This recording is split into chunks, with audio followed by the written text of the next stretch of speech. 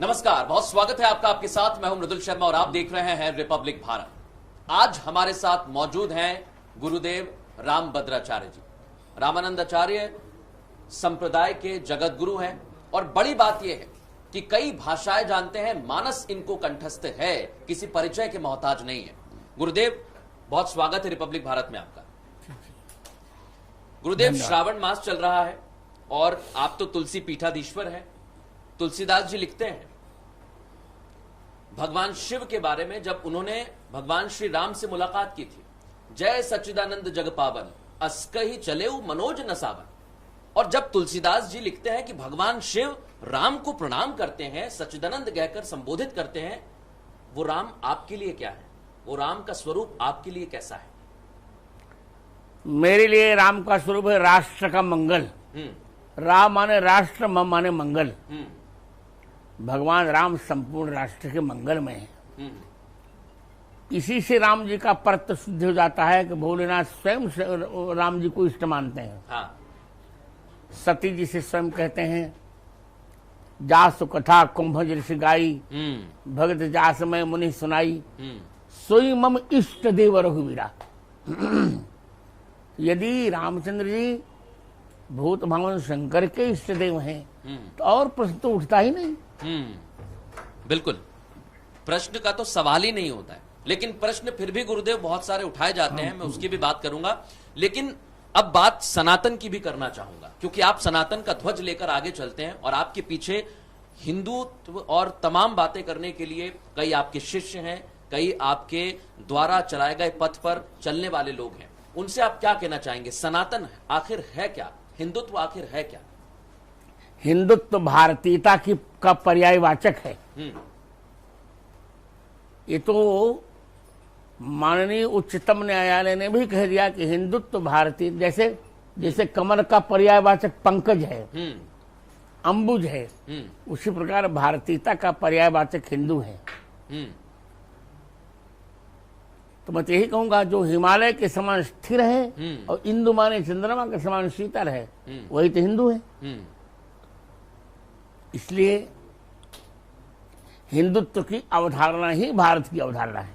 हिंदुत्व की अवधारणा भारत की अवधारणा है। लेकिन आपके शिष्य हैं पंडित धीरेन्द्र कृष्ण शास्त्री, वो कहते हैं कि भारत को हिंदू राष्ट्र घोषित करना होगा, अब समय आ गया है हिंदुओं को जगाने का। सही जाग जाए। बिल्कुल सही कहते हैं। हाँ, तो गुरुदेव, हिंदू सोए हुए थे इतने सालों से? बहुत सो रहे थे हम लोग।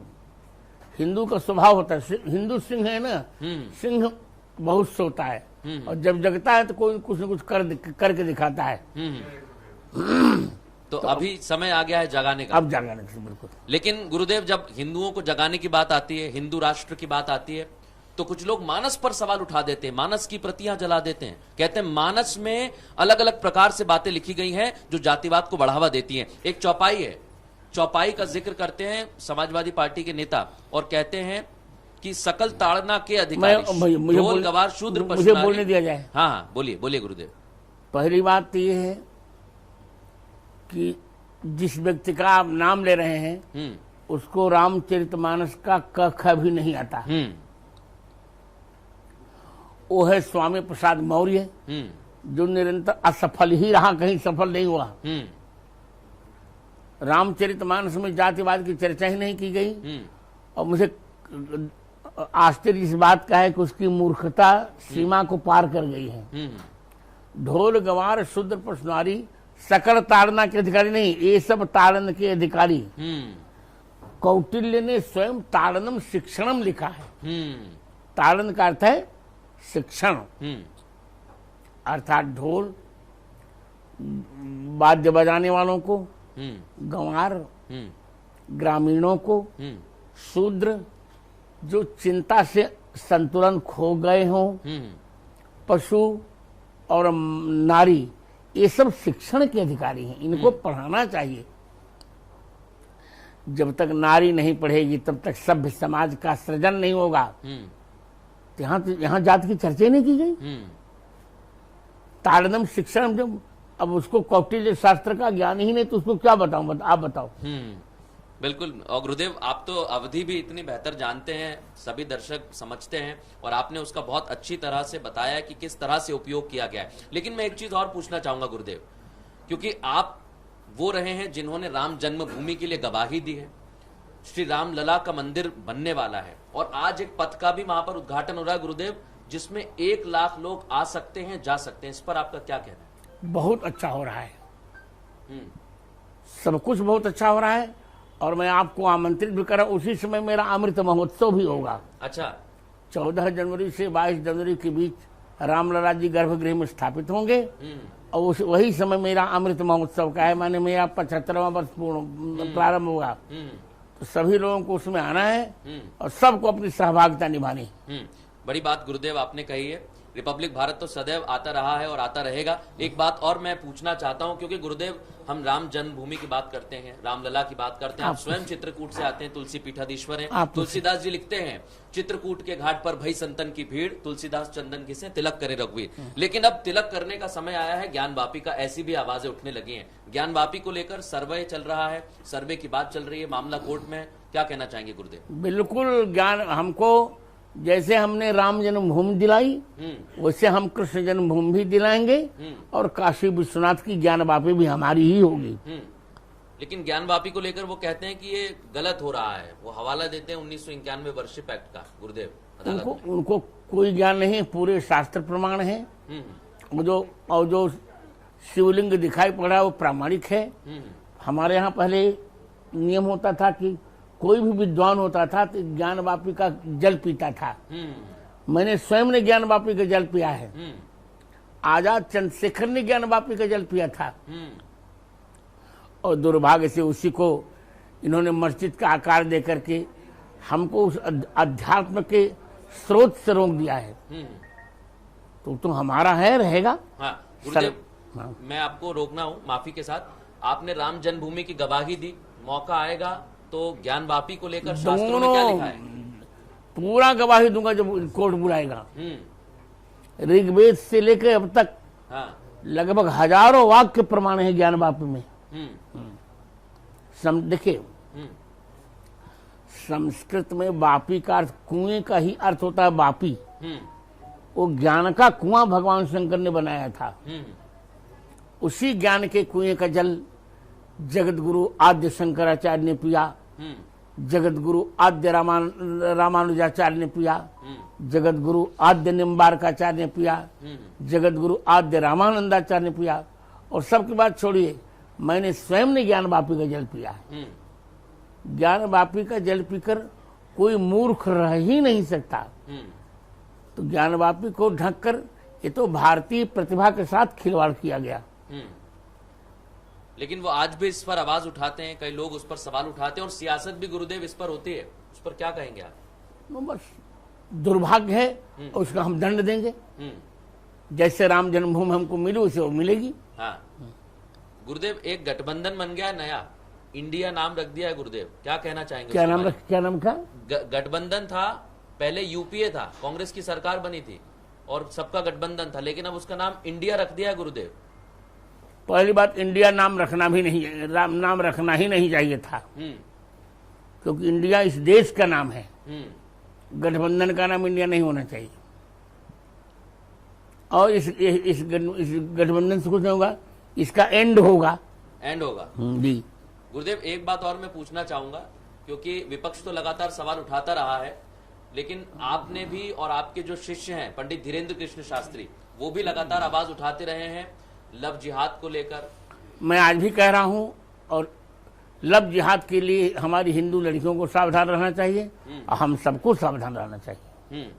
गुरुदेव, एक चीज मैं पूछना चाह रहा हूं, यहाँ बात लव जिहाद की हो रही है, लेकिन आजकल चर्चा हो रही है, कुछ पाकिस्तान से एक महिला आ गई है सीमा नाम की, और यहाँ से भी कुछ महिलाएं वहां पर जा रही हैं। क्या ये सब कुछ साजिश के तहत हो रहा है? बिल्कुल साजिश के तहत हो रहा है। हमको सावधान रहना चाहिए, पूरा सावधान रहना चाहिए। गुरुदेव, एक चीज और मैं जानना चाहूंगा, जैसे अभी आपने कहा कि गठबंधन का एंड हो जाएगा, और हमें अभी लव जिहाद से भी आपने सावधान रहने की बात कही है, लेकिन आने वाले समय में जब हम बात करते हैं तो फिल्म जो है गुरुदेव, वो भी हिंदू भावनाओं को ठेस पहुंचाती है। बहुत ठेस पहुंचाने का कारण बड़ी आशा लेकर बैठे थे हम, पर निराश हो गए, क्या करें। पर हिंदू जनता सहेगी नहीं, क्योंकि आपका जब जन्म नहीं हुआ होगा या हुआ होगा, छोटे होंगे। 1986 में जितना सुंदर धारावाहिक रामानंद सागर ने बनाया रामायण जी पर, ऐसा आज तक कभी बन नहीं पाया। और कितनी भी फिल्में बना लें, उसकी तुलना नहीं कर पाएंगे। इससे मैं तो प्रसन्न नहीं हूं, और फिल्म वालों से कहूंगा जो भी धार्मिक फिल्म बनाएं, धर्माचार्यों से संपर्क करके बनाएं। ऐसा कुछ न हो जिससे परिहास के भाजन बने। बिल्कुल गुरुदेव, एक और महत्वपूर्ण बात मैं पूछना चाह रहा हूं, क्योंकि अब बात होने लगी है समान अधिकार की। आपने कहा हिंदुओं को जागना चाहिए, मैं स्वयं चाहता हूं कि समान नागरिक संहिता बने, क्योंकि एक देश में 10 संविधान नहीं लगेंगे। एक संविधान की छत्र छाया में प्रत्येक भारतीय को जीने का अधिकार होना चाहिए। समान नागरिक संहिता का पक्षधर मैं हूं और रहूंगा। और मुझे लगता है कि जैसे हमने 370 हटाई, 35 से हटाया, उसी प्रकार समान नागरिक संहिता लग कर रहेगी। यही महीना था गुरुदेव अगस्त का, और अगस्त में ही 370 हटी, राम जन्मभूमि का भूमि पूजन हुआ। और अगस्त क्रांति इसी में हुई थी। हाँ, अगस्त क्रांति भी इसी में हुई थी। बिल्कुल ठीक कहा गुरुदेव आपने। गुरुदेव, एक चीज और है, अभी मणिपुर के मुद्दे को लेकर बड़ा हंगामा हो रहा है, अविश्वास प्रस्ताव लाया गया है, लेकिन आपको क्या लगता है ये अविश्वास प्रस्ताव में कितना दम है? कुछ दम नहीं है, क्योंकि सरकार ने मान लिया है और अपराधी को दंड देने का निर्णय ले लिया गया। इसे इसमें बवाल नहीं करना चाहिए, संसद चलने देनी चाहिए थी। गुरुदेव, एक महत्वपूर्ण बात और आखिरी सवाल आपसे करना चाहूंगा, क्योंकि आप लगातार समझते रहे हैं, बताते रहे हैं, मार्गदर्शन करते रहे हैं। अभी प्रधानमंत्री ने भारत मंडपम का उद्घाटन किया, जहां G20 की बैठक होगी गुरुदेव, और वहां पर प्रधानमंत्री ने कहा जब हम तीसरी बार आएंगे तो टॉप 3 इकोनॉमी में, अर्थव्यवस्था में भारत आएगा। उस पर आप क्या कहेंगे तीसरी बार आने पर? बिल्कुल ठीक कहा प्रधानमंत्री, उनको विश्वास है और हमको भी विश्वास है, ये वो रिपीट करेंगे, तीसरी बार आएंगे और हम भारत की 3 अर्थव्यवस्था में हम भी आ जाएंगे।